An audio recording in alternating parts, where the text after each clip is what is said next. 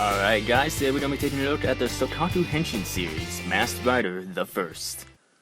So we're going to start out by taking a look at the packaging. Unfortunately I did get this used, so it does have a little bit of wear and tear up in the corner here, but nothing that's too bad. Now, taking a look at the packaging, you see a very nice image of Kamen Rider the First from his 2001 movie appearance. The Toei sticker of approval, approved by Toei Company Limited.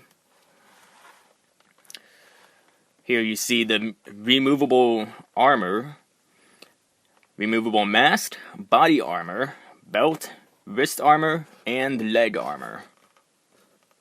Again, Souchaku Henshin series, Masked Rider the First.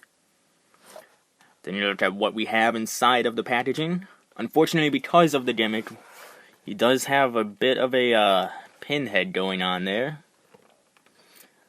But once you get the gimmick going, it looks pretty good from what I see.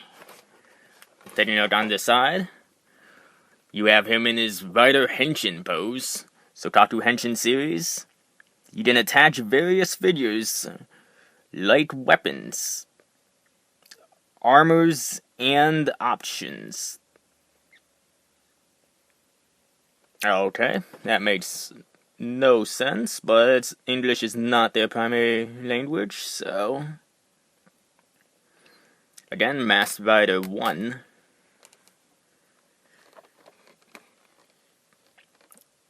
A zoom in of the exact same pose. On the other side, this one, they actually got a little creative and had more than one pose on the side. Again, you can attach various figures like weapons, armors, and options. Now this is model number GE07. So this is not the first in the series. Onto the back, again you see the pinhead, along with the accessories that you do get with the figure. Kamen Rider the First in his Rider Kick pose, along with his Henshin pose, and Kamen Rider the Next, unfortunately sold separately. A little profile for you if you know Japanese, which unfortunately I am learning, but I am not quite there yet.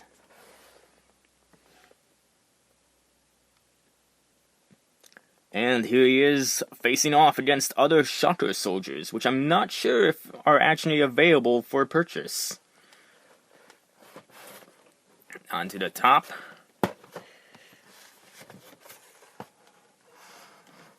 Pinhead Rider once again. And the bottom, just a bunch of lingo mumbo jumbo stuff. And Sad Pac-Man, which is pretty much just telling you, do not eat it. This is not food, kids. This is not food. Do not eat. So, let's take a quick break and get her out of packaging. Alright, and here he is outside of the packaging. Now this is, like I said, you can see just how bad of a pinhead he really is once it zooms in. Yeah, it doesn't look that bad from up close, but from a distance it looks pretty bad. Now one thing that I do want to point out is that this figure is mostly die-cast metal, which is pretty interesting. So, let's get him into his Henshin pose. We'll have him all set. Alright. And Henshin. Alright, so we're back. And let's get him suited up. Let's start out with the leg armor. If I can get my arm over here without knocking over my iPad. Now if you see, there are these little divots here. And these just plug into the figure. Like so.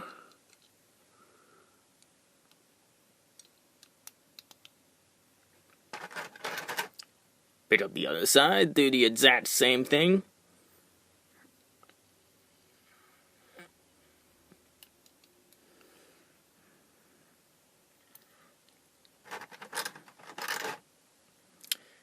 Sorry guys, have to bear with me. Pretty hard to do this with the camera focused.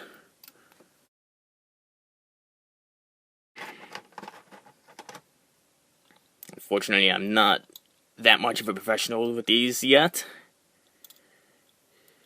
as some other action figure reviewers are.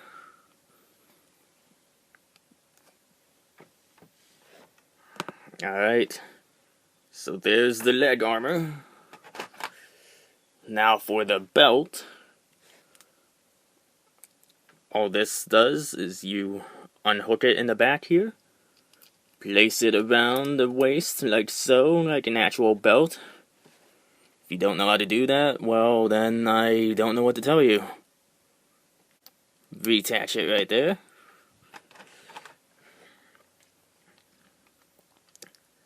Take the actual Henshin part of the beltle, the Typhoon belt, I should say. Plug it in like so. Now for the arms.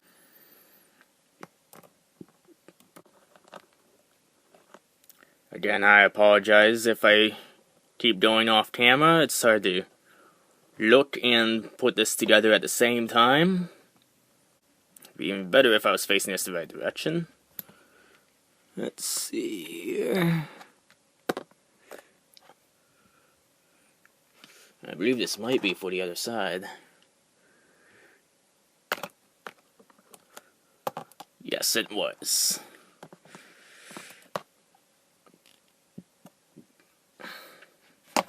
Oops. There we go, with one arm.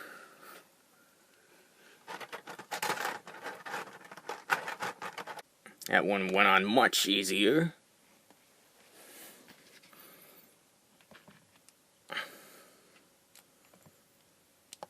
Keep forgetting that my camera isn't exactly centered. The camera on the iPad is actually on the edge of it. So, makes things a little bit more difficult to just kind of eyeball it without looking at the screen.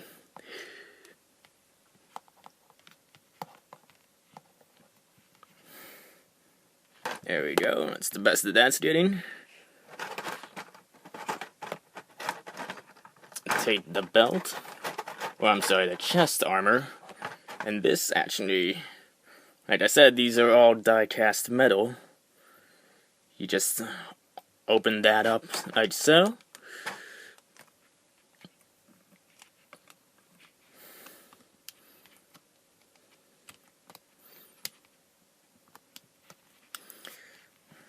It's a little bit difficult here.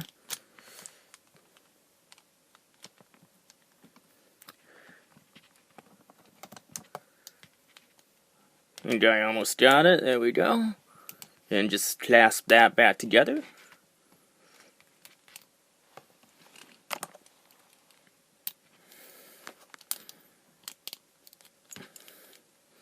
Now for the scarf, or muffler as they're called in Japan.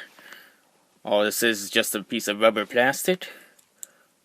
Clips right in around the neck.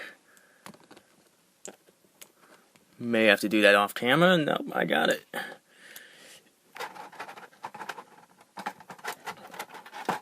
And last but not least, the helmet. Oh no, it doesn't fit on. Whatever shall we do? That's alright, because it splits in half like so.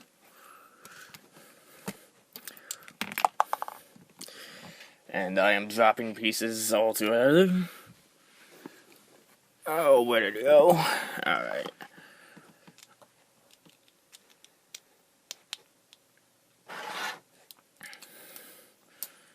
And there you have it. Masked Rider, the first. Now this does look a lot better now that he doesn't have that pinhead.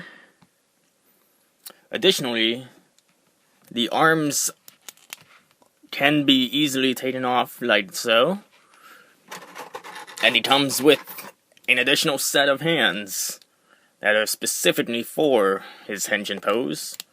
Or just kind of karate chopping hands if you want to go that route as well. There we go.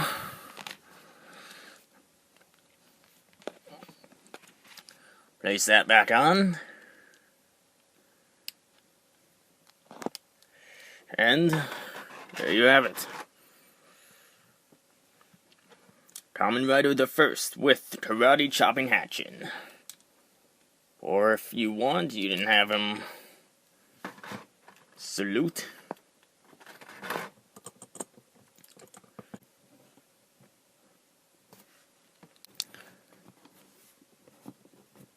There we go. Alright, as far as articulation goes, you can do a 360 of the arm, out that far, bend at the elbow. He does have a little bit of finger articulation there. Basically just to clench a fist and then not clench a fist. Again, same articulation, up, down, 360. He has a single jointed knee, an ankle pivot, full, about a 180, maybe one, no, it looks like we can do it, get a full 360, I wouldn't try that though. At least not any excessive use out of it. Same thing over here.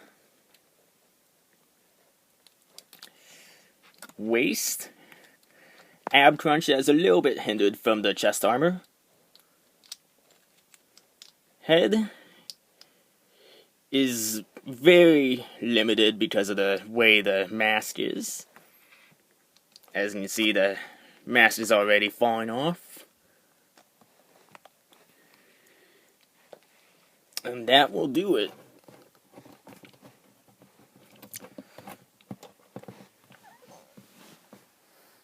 Overall, I would probably give this figure a good 7 out of 10.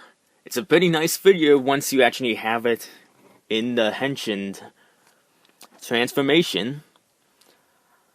However, that is an eyesore.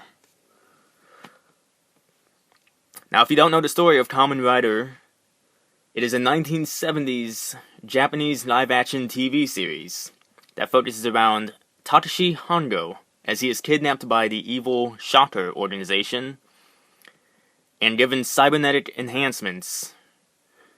Fortunately, before he is completely brainwashed, he escapes the organization and dedicates his life to fighting the forces of evil. That's all for today, and thank you.